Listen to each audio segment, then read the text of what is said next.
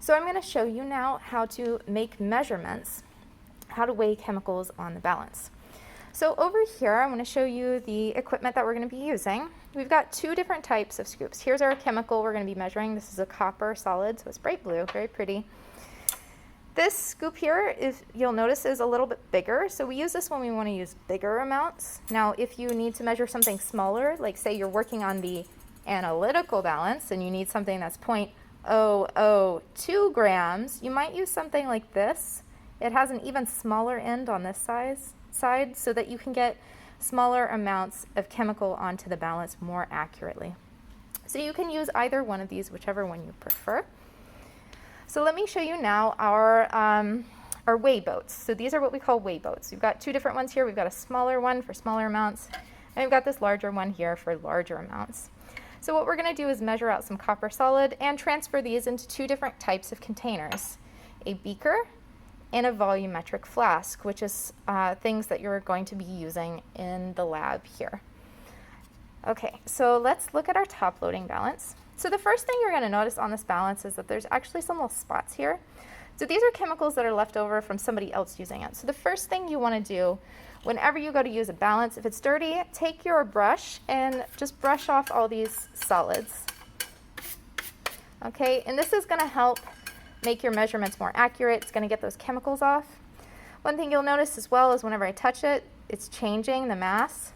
So make sure that the mass settles out before you go to measure it. Measure your chemicals, make sure that that is good. Okay, so the first thing you're going to want to do is put your weigh boat on here.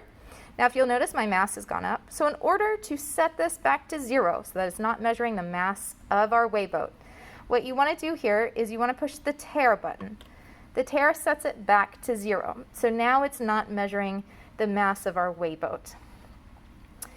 Okay, so now we're going to put our copper solid on here. I'm going to set my phone down. Hold on one second.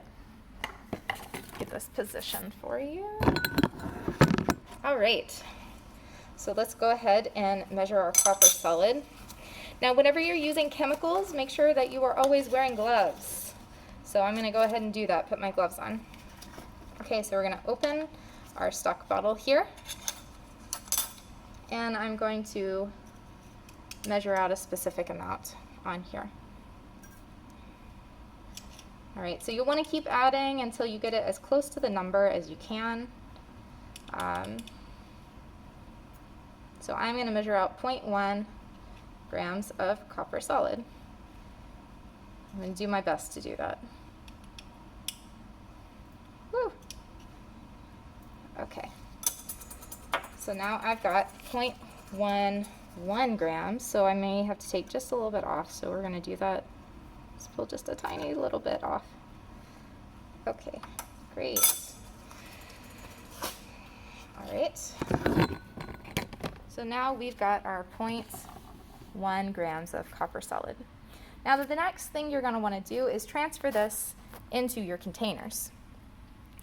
So let's see how this is going to work. Now for the beaker, it's really easy. The beaker, you can just simply dump this stuff into it. So you can just take your chemical and dump it right in. Hold on one second. Ugh, my gloves are a little sweaty. It's making this difficult. Okay.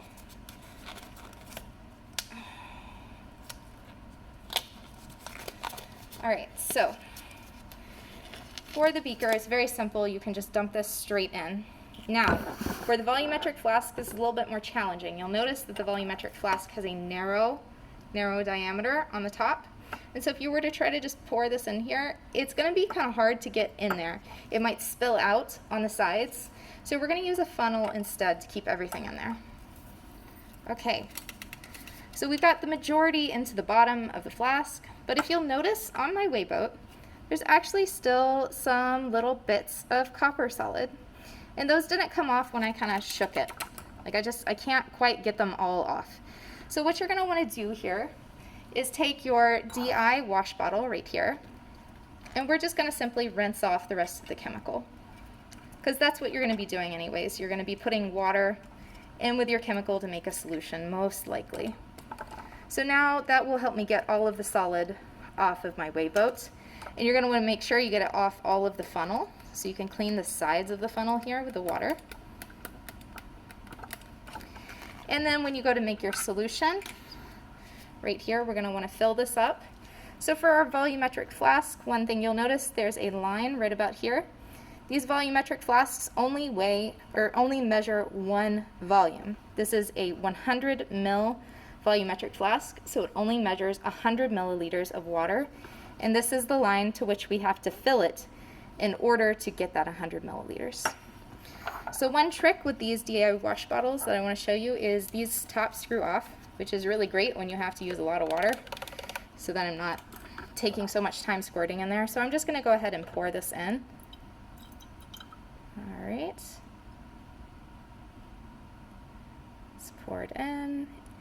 And then when it gets close to the 100 milliliter line, what I'm going to do is I'm going to put this back on to make it more accurate so I can get smaller amounts into my flask. And we're going to go real slow. Make sure you don't overshoot this line here. If you overshoot it, that's going to be bad news and you're going to have to start all over. So please make sure that when you get to the line, we're going to go closely. There you go. Okay, so now it's filled up to our 100 milliliter line. Make sure you're measuring from the bottom of the meniscus in order to get this volume correctly. And then the very last thing we want to do is we want to make sure that all of our solid is dissolved. So you're going to want to put a stopper in here and shake it up. So the little stoppers that I'm going to give you in lab are going to be rubber, but just for now, since I don't have one of these, I'm going to put a lid on. These are so difficult to get on. 1 second.